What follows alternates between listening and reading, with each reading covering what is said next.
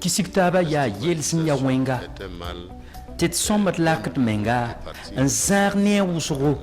La wakat kang me. Yel wenga to njegatond. Ya buwele suga. Yel bamba biba. Ya tile. Tet bawyam. Silem la bangre. Mpama tim. Et serdan zarad mens wakat fa. Ndawa lopka mbugme.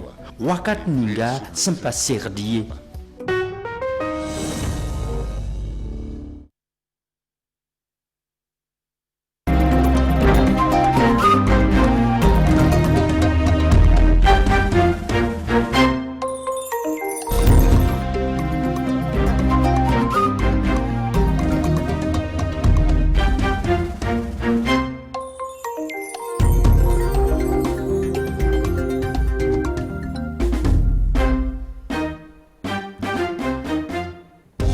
À la une de cette édition de l'actualité, investiture de Maître Ambroise Farama comme candidat de l'Organisation des peuples africains Burkina Faso à l'élection présidentielle de novembre prochain.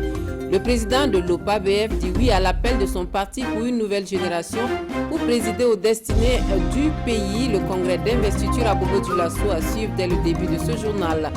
Nous nous intéressons dans ce journal au grand brûlé à l'hôpital pédiatrique Charles de Gaulle de Ouagadougou. 200 à 300 enfants sont admis chaque année à l'unité de soins intensifs de la structure sanitaire. Les causes et la prise en charge dans notre dossier du dimanche. Célébration en fanfare du cinquantenaire de la jeunesse des Assemblées de Dieu du Burkina Faso. Un dimanche d'action de grâce qui réunit plusieurs milliers de jeunes avec une pensée spéciale pour les déplacés internes. Le résumé de l'événement dans ce journal, une cinquantaine de migrants sauvés dans la Méditerranée par les gardes de côte italiens suite à l'appel de détresse du navire humanitaire affrété par l'artiste Bansky, une actualité que nous suivrons en fin d'édition. Bonsoir à tous, merci de nous suivre. Maître Ambroise Farama répond oui à l'appel de son parti, l'Organisation des peuples africains Burkina Faso, qui souhaite voir une nouvelle génération de dirigeants pour conduire le Burkina Faso vers un développement durable, réel. Et ce samedi, à Bobo-Dioulasso, le candidat de l'OPA-BF à la présidentielle de novembre prochain est investi comme tel en présence de Mané Kahien et Karim Sissé. Maître Ambroise Farama, investi candidat pour l'élection présidentielle de novembre 2020. Les militants et sympathisants de l'Organisation des peuples africains, section du Burkina Faso, ont désigné leur leader pour représenter leur parti. Pour les cadres du Parti du Phénix, l'homme dispose d'atouts nécessaires pour faire rayonner le Burkina. Il est d'une intégrité physique et morale. Jeune, il peut porter de lourdes charges sans s'écrouler et il ne traîne aucune casserole. Il a une ligne idéologique, le néo-panafricanisme africain, le néo-panafricanisme révolutionnaire. Il a un projet de société authentique qui vise à créer un Burkinabé nouveau. À partir donc de cette cérémonie, Maître Ambroise Farama se considère en mission pour redonner de l'espoir aux Burkinabés. Au-delà de leur onction, les représentants des jeunes, des femmes et des anciens lui ont réaffirmé leur engagement à ses côtés pour la réussite de sa mission. Pour eux, il est grand temps qu'une nouvelle génération de gouvernants mette le Faso sur la voie d'un développement véritablement durable et équitable. À la jeunesse, je vous dis oui. Oui, j'accepte être votre leader, qui se battra avec vous et sans relâche pour redonner à notre peuple un nouvel espoir. Et aux sages qui m'ont transmis les symboles et les armoiries de notre combat, je leur dis, je serai cet enfant de qui vous serez fiers. Cet enfant qui sera à vos côtés pour apprendre. Cet enfant qui sera votre fer de lance. Cet enfant avec qui nous réhabiliterons le Faso.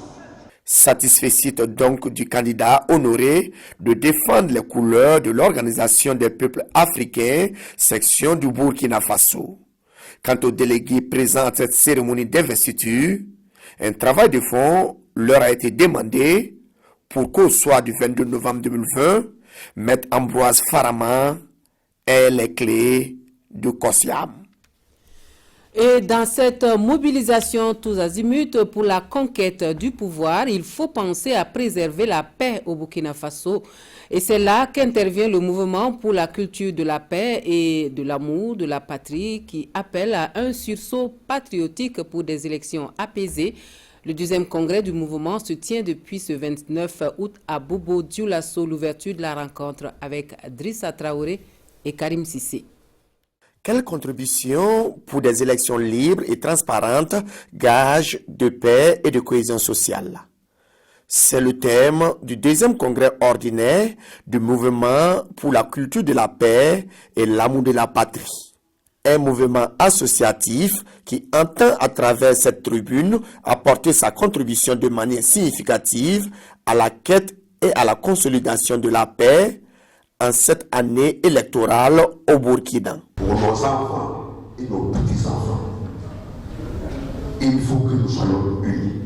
Il faut que nous cultivons la paix autour de nous pour qu'il y ait des élections libres, transparentes, apaisées, acceptées de tous. Venus des 13 régions du Faso, les panélistes vont donc réfléchir et voir ensemble comment travailler main dans la main pour éviter des crises post-électorales. Les différents intervenants ont non seulement salué l'initiative d'une telle activité, mais aussi invité les participants à s'investir pleinement pour la préservation de la paix et la cohésion sociale. Comme la paix n'a pas de prix, chacun de nous devrait s'investir parce que qui dit élection dit compétition. Et cette compétition a pour seul objectif la prise et le contrôle du pouvoir d'État.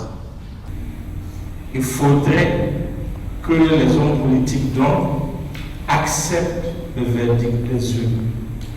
Peu importe, M. de Falabountou, si on ne peut pas voter à Falabountou et qu'on a pu voter à Dori, je suis content parce qu'on pourra voter aussi à Bobo. Des propositions concrètes sont attendues de la rencontre de Bobo Dioulasso. Des propositions qui pourraient être utilisées comme outil de sensibilisation partout au Burkina afin de faciliter le vivre ensemble. Autre actualité dans ce journal, des infrastructures scolaires de qualité pour la prochaine rentrée des classes. Le ministre en charge de l'Éducation nationale poursuit sa tournée d'inspection dans le sud-ouest. Suivons le résumé de la dernière étape de la Bougriba avec Issia Kazabré et Lambert Soma. Même si la Covid-19 a porté un coup au projet, l'école primaire de Bagan à Diebougou sera normalisée avec 3 nouvelles classes, un bureau et des toilettes. L'engagement des populations de Nané dans la même commune a permis de compléter les infrastructures du CEG. Nané est un village administratif donc, de la commune de Diebougou, mais très limitrophe de Gagnon, qui est un village de la commune de Dolo, et de Tengara, qui est un village de la commune de Tchankura. Les deux villages sont vraiment très proches du CG. On a fait rien que 4 salles de classe. Alors il faut un directeur, où est-ce qu'il s'abrite, comment ça se passe. C'est sur la base de cela que les populations sont organisées pour pouvoir trouver donc un abri pour le directeur. L'école primaire de Bapla Birifort aura 6 classes dès cette rentrée au lieu de 3. Mais les effectifs pléthoriques font que la satisfaction des bénéficiaires est modérée. Si je peux avoir 6 autres classes, ça peut m'arranger. Oui, le village est très grand. Quelques difficultés sont à signaler avec la construction de certaines écoles pilotées par les communes. Dans le cadre donc des ressources propres de certaines mairies, les plans qu'ils utilisent sont des plans que nous n'utilisons plus. Et donc c'est des choses qu'on va corriger, c'est l'objet aussi de nos sorties parce que je suis accompagné des techniciens. L'un dans l'autre, le ministre Stanislas Ouaro s'est dit satisfait des 72 heures de sortie terrain dans la région du sud-ouest. L'objet de ma tournée, c'était de m'assurer que les infrastructures qui sont qui ont été programmés pour être disponibles à la rentrée 2020-2021 sont soit achevés, sont soit à un niveau qui permet d'espérer qu'avant fin septembre, donc ces infrastructures seront achevées. Et de ce point de vue, je peux dire que je suis totalement satisfait. Afin de résorber le déficit en professeurs au poste primaire et au secondaire dans le sud-ouest, un accent particulier sera mis sur cette région. C'est l'engagement pris par le premier responsable de l'éducation burkinabé. Une retenue d'eau pour contribuer au développement durable de la commune de Béré, le barrage qui est à mettre au compte du conseil régional avec l'appui du PNGT2 phase 3 a une capacité de 227 000 m². Les populations, elles, sont impatientes de voir les aménagements de périmètres irrigués pour la production maraîchère. Elles expriment souhaits et attentes à l'occasion de l'inauguration de l'infrastructure en présence de Moussa Ouedraogo Maïmouna Traoré. Une retenue d'eau pour la commune de Béré. D'une capacité de 227 000 m3, elle a été construite par le Conseil régional du Centre-Sud avec l'appui du 2e programme national de gestion des terroirs, phase 3. La superficie aménageable à l'aval du barrage est de 5 hectares. Avec ce barrage, nous allons pratiquer les cultures maraîchères. Nous allons produire en quantité. Sincèrement, nos attentes sont comblées. Pour booster la production agricole, les donateurs mettent à la disposition des producteurs 11 motoculteurs et 16 motopompes. Le souhait des producteurs de Béré, l'aménagement dans les meilleurs délais de périmètres irrigués pour la production maraîchère. Nous sommes à pied d'œuvre avec l'ensemble de nos équipes pour assurer l'aménagement en aval du périmètre. Parce que c'est urgent pour nous, parce qu'on veut qu'au-delà de la saison des pluies, qu'on puisse mettre en valeur en saison sèche ce périmètre en aval, mais également mettre en place les forages hydrauliques qui vont permettre de pouvoir donner de l'eau à partir des systèmes solaires pour nous permettre vraiment de produire dans la durabilité sans tenir compte de la saison des pluies. La population de Béré a également bénéficié d'un magasin de warrantage d'une capacité de 100 tonnes. C'est l'accident domestique le plus courant et aussi le plus handicapant selon les spécialistes. Les brûlures font des victimes chaque jour et les enfants sont les plus touchés. 200 à 300 enfants brûlés sont reçus chaque année à l'unité de soins de grands brûlés de la pédiatrie Charles de Gaulle de Ouagadougou. La principale cause demeure l'inattention des parents. C'est le sujet du dossier que nous proposent Daouda Ouattara et Zalissa Sanfo. Les images de ce reportage peuvent heurter la sensibilité de certains téléspectateurs. 3 mois, Elvis aura 3 ans. Et c'est ici, à l'unité de soins des grands brûlés qu'il les fêtera. Plus jamais, il ne ressemblera à son frère jumeau, lui qui est désormais marqué à vie. La gorge nouée, sa mère se souvient encore de ces quelques secondes, de ces gestes qui ont tout fait basculer. En tout cas, c'était pas facile. C'était pas facile. Parce qu'il avait porté habit. Dans le moment d'enlever son habit là, et je voyais comment la boule en train de plier. En tout cas, ça m'a effrayé. Et quand une maman, j'ai commencé à pleurer. Dans 6 mois, ou peut-être 1 an, Elvis guérira. Il contera son histoire pour justifier ses séquelles. Le petit Nanima et la petite Élodie partagent aussi le même destin. Sur 100 enfants hospitalisés, les 7 là le sont pour question de brûlure. On reçoit en moyenne 200 à 300 brûlés par an. Voilà. Ce qui est trop. Pour le docteur Ouedraogo, en matière de brûlés, ce sont les mêmes causes qui produisent toujours les mêmes effets. Les causes sont diverses. Voilà, mais les brûlures par eau chaude, la sauce, par les liquides, ça représente près de 75%. Et en cas de brûlure, les spécialistes déconseillent fortement les remèdes de grand-mère. Quand il y a des brûlures, ils appliquent du n'importe quoi. La pâte dentifrice, je ne sais quoi. Il y en a qui mettent de la poudre noire. Non, c'est pas ça qu'il faut mettre. Il faut d'abord, si la personne est vêtue, il faut dévêtir d'abord la personne et puis appliquer de l'eau froide. Pour prévenir cet accident domestique, il n'y a qu'un seul remède, une seule prescription, une seule ordonnance qui vaille. La vigilance. Sois prudent. On ne peut pas enseigner un adulte ce qu'il doit faire. Mais pour les enfants, on doit savoir ce qu'on doit faire pour éviter les accidents.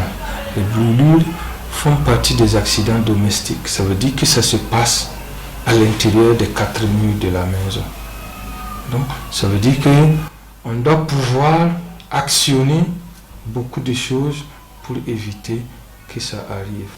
Vigilance donc, car les enfants payent beaucoup de leur peau et de leur chair, parfois de leur vie. 20% des enfants reçus ici trépassent la douleur dans l'âme. Je voulais insister sur le centre. Absolument, il faut que le ministère prenne à bras le corps cette question de brûler. Nous, ça ne nous fait pas plaisir de voir des enfants. On sait ce qu'on doit faire et on ne peut pas faire ce qu'on doit faire. Personne ne va venir faire ça pour nous. Partout, il y en a à Dakar, il y en a à Abidjan, quelquefois, il y a des gens qu'on évacue là-bas. Mais nous aussi, on peut faire un centre de brûlés. Il y a des médecins, il faut former pour la prise en charge. Il y a des chirurgiens, il y a tout. Et en matière de prise en charge, l'espoir est permis, à en croire les premiers responsables. Nous sommes dans une démarche de convention avec la Fondation Murieux pour venir nous aider, premièrement, à construire un centre dédié à la gestion de ces grands brûlés et que nous ayons aussi des missions chirurgicales avec la Fondation Murieux. Et nos chirurgiens peuvent partir là-bas, leurs chirurgiens aussi peuvent venir ici pour qu'ensemble nous puissions nous accompagner dans la gestion. Les images choquent. La douleur des enfants vous glace le sang. Pour le docteur, la réalité est encore plus traumatisante. Alors il invite les parents à plus de vigilance pour préserver les tout-petits de l'horreur. Au chapitre religion de ce journal, nous allons d'abord à Zinaré pour un séminaire de formation au profit des jeunes musulmans. Une semaine de formation sur l'engagement citoyen de la jeunesse musulmane, initiée par l'Association des élèves et étudiants musulmans au Burkina Faso. L'ouverture de la semaine est suivie pour nous par Salifou Benel Sikouzongo. L'engagement citoyen au cœur de cette session de formation dédiée à la jeunesse musulmane. Venus de plusieurs localités du pays, ces jeunes seront outillés à la citoyenneté et aux connaissances islamiques afin de faire du développement du Burkina une réalité à travers l'implication des jeunes. Ce thème cette année est l'engagement de la jeunesse musulmane. En tant que citoyen du Burkina Faso, il y a une contribution à mener et des thèmes seront développés pour donner les éléments nécessaires à nous jeunes parce que la jeunesse sans la formation, il y a un trou à combler. Et à travers la connaissance de ce que nous devrons faire en tant que citoyens de ce pays est très capital. La formation, l'élément capital dans la vision de l'Association des élèves et étudiants musulmans au Burkina, selon son président. À travers ce séminaire de formation, la jeunesse devrait donc saisir l'opportunité pour non seulement sa formation personnelle, mais aussi celle qui profite à la nation. C'est une activité noble parce que la formation prépare la jeunesse donc à être plus civique, mais aussi à se positionner comme acteur de développement de notre pays.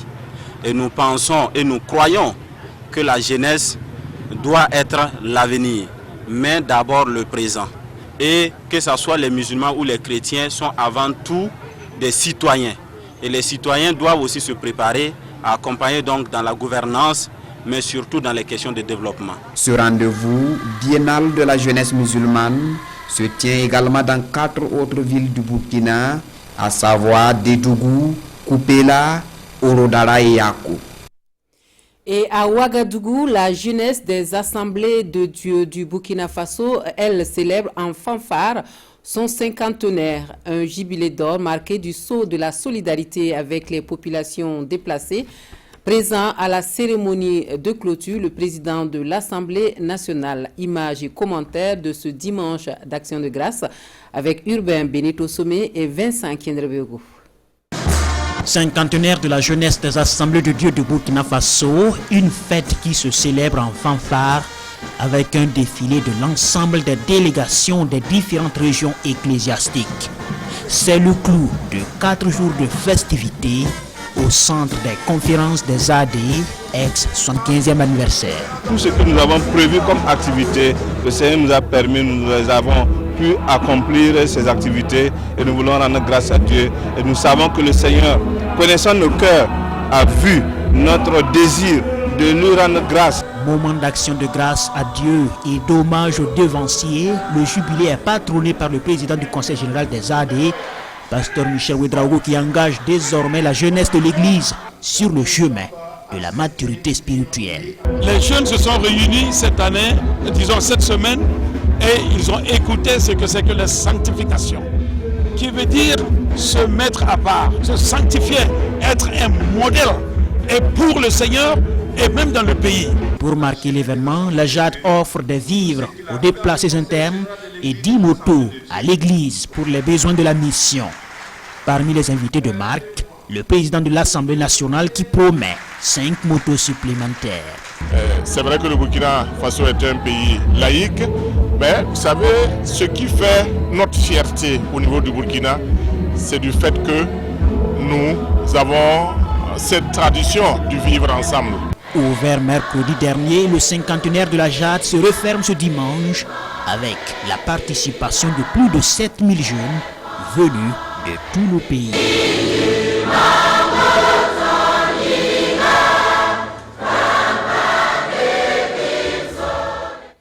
Une jeunesse plutôt intéressée par la haute technologie et à qui l'on offre l'opportunité d'aiguiser cette créativité, cette curiosité donc, pour faire preuve de créativité. C'est le cadre offert par l'Académie de créativité et d'éveil scientifique durant 2 mois à au moins 200 enfants, un cadre qui aura permis de faire plus ample connaissance avec la programmation des robots, films d'animation et jeux vidéo, pilotage de drones, entre autres. La clôture du camp d'éveil scientifique avec Bernard Kombelem et Moumouni Soubeiga. Promouvoir l'éveil scientifique chez les enfants de 7 à 17 ans, c'est une initiative de l'Académie de création et d'éveil scientifique. À cette cérémonie de clôture de formation, les enfants montrent à leurs parents ce qu'ils ont appris durant 2 mois d'initiation au maniement des drones, à la création de jeux pour enfants et à la programmation de robots. Je me sens très bien et car mes parents m'ont permis de faire cette formation et j'ai appris plusieurs choses en informatique que je ne savais pas auparavant.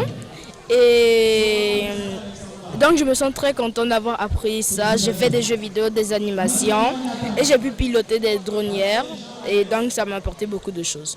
C'est avec ces étudiants que nous avons signé une convention, c'est avec l'école que nous avons signé une convention et ces étudiants nous les avons d'abord formés et c'est eux qui sont en train de prêcher la bonne parole auprès de leurs petits frères. La marraine de la cérémonie, la ministre du Développement de l'économie numérique et des postes, salue et félicite les initiateurs de la formation. Elle promet d'accompagner la structure ACES afin de promouvoir l'apprentissage sur la haute technologie au profit des enfants du Burkina.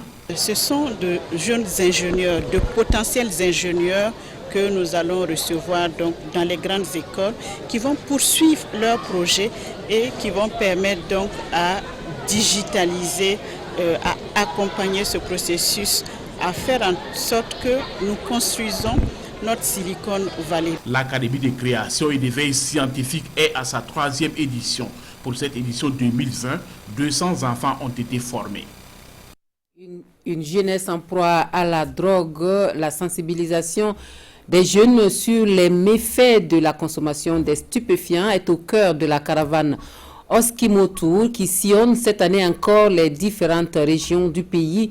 Une lutte engagée par l'artiste Oskimo à l'état civil Youssouf Assawadougou et qui dure depuis plus d'une dizaine d'années. Ce 29 août, la caravane marque un arrêt final sur le terrain jeunesse pour Chris à Ouagadougou pour faire passer le message. Les temps forts de la soirée de sensibilisation avec Adam Aguiti et Vincent Kendrebego. C'est la fin de la 13e édition de Jeunes propres sans drogue, une caravane menée par l'artiste musicien Oskimo qui a réussi à parcourir 6 régions du Burkina depuis le 26 juin dernier. Objectif, sensibiliser la jeunesse aux méfaits de certains produits toxiques, notamment la drogue, la cigarette et les boissons fruitées. L'objectif recherché, c'est de dire à la jeunesse que la drogue n'est pas bien. Il ne faut pas l'en consommer parce qu'elle rend malade, elle rend fou. Et il y a trop de problèmes. Ce n'est pas la drogue la solution. Donc le message est passé parce que vous savez, dans ce genre de job, il ne faut pas regarder avoir 100 000 personnes. Quand vous avez 50, vous avez 100 ou 200, 300, faites avec parce que c'est dans les 100, 200 là, vous pouvez avoir des gens bien qui vont entendre le message. Donc le message il est passé. Beaucoup de jeunes s'adonnent à la consommation de la drogue. Et le parrain de la cérémonie, Clément Pegondé Sawadougou, d'inviter la jeunesse à abandonner ces produits toxiques. La drogue aujourd'hui est un fléau mondial, c'est un fléau qui ravage notre jeunesse, qui hypothèque l'avenir de nos jeunes. Et il est normal que tous nous puissions nous engager dans ce combat, qui est un combat en tout cas à gagner coûte que coûte pour prémunir nos jeunes de ce fléau-là. L'Office national de la sécurité routière, ONASER, s'engage à accompagner Oskimo Tour dans la lutte contre la drogue, la cigarette et les boissons fruitées afin de réduire le nombre d'accidents de la route causés par l'abus d'alcool.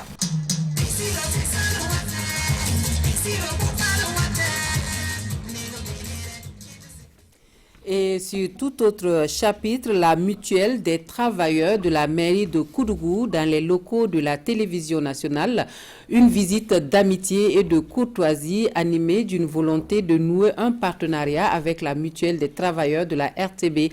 En attendant, les visiteurs du jour découvrent les différents compartiments de la chaîne nationale. Visite commentée pour nous, Bernard Kombelem Maïmouna Traoré.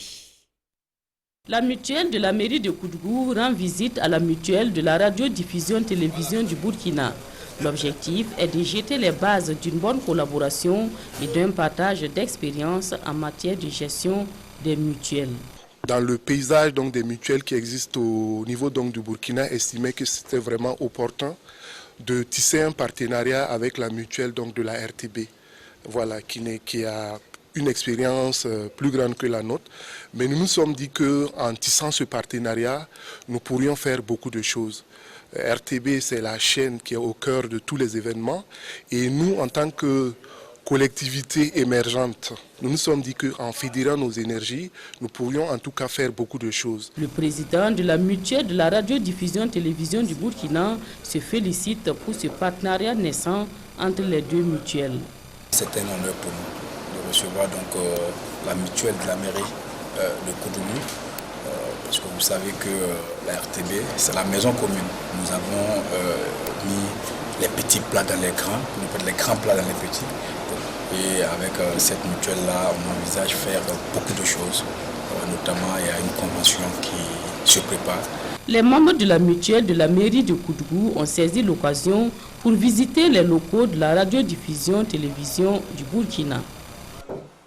La mutuelle de la Générale des Assurances, elle a voulu faire œuvre utile en se rendant ce samedi à l'orphelinat Sainte-Thérèse de Lumbila. Sur place, elle remet des vivres et aussi des plantes. Le geste s'inscrit dans le cadre d'une journée de solidarité que nous précisent Souleymane Sanou et Sébastien Zongo. Des agents de la Direction Générale des Assurances en visite à l'orphelinat Sainte-Thérèse de Lumbila. À travers leur mutuelle, ils y laissent des traces qu'ils souhaitent durables, 50 plants fruitiers dédiés aux 50 enfants pensionnaires de cette année. L'orphelinat reçoit aussi des vivres estimés à 1 million de francs CFA et un chèque dont la valeur est restée secrète. Et le reboisement, ça participe aussi à l'écologie qui est d'actualité. Et ensuite, pour les vivres, c'est d'une grande importance aussi parce que ça va participer à la prise en charge des enfants. En plus de tendre la main, les mutualistes du groupe GA prêtent l'oreille aux problèmes d'éclairage, de drainage des eaux de pluie et de solaire pour la boulangerie de l'orphelinat. Et c'est à l'occasion de leur journée de solidarité. On était même étonnés quand on est venu pour la première fois de voir ce qui se passe à l'arrière-cour.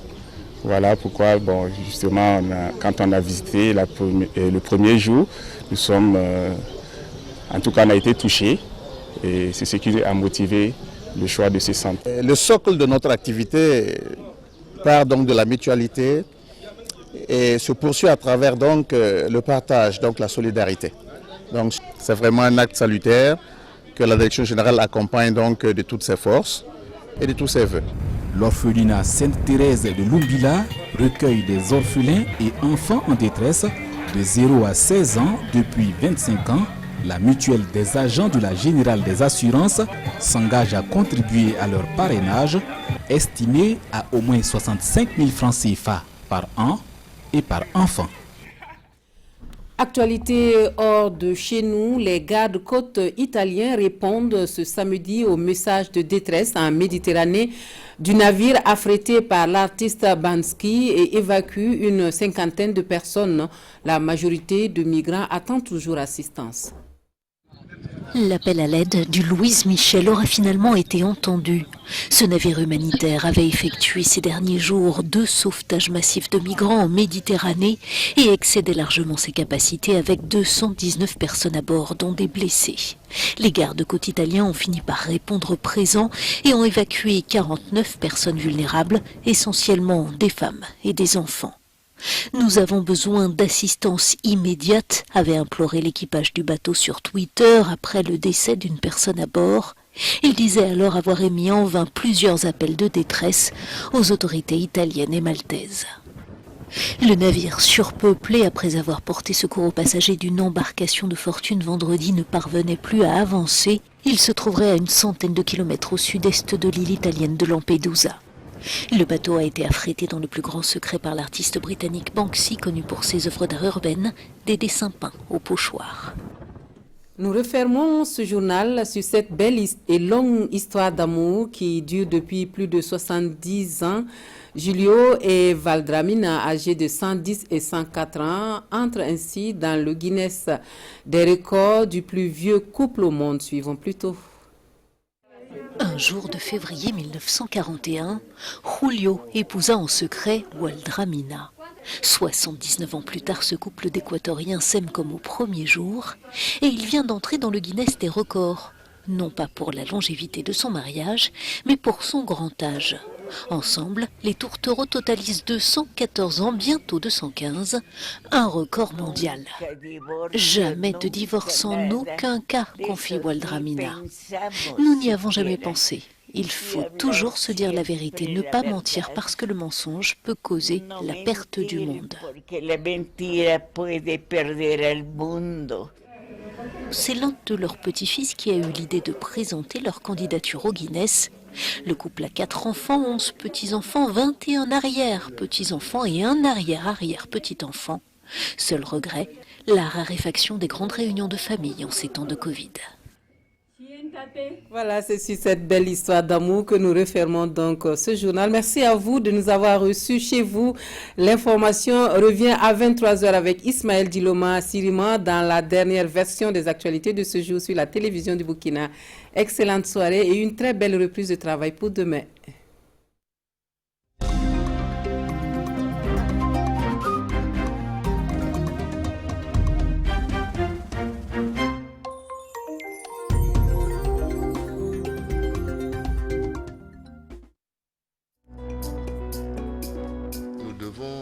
An bɛ kan k'an yɛrɛ tanga ko 2 de ma a fɔlɔ o ye adamadenya wolomako ye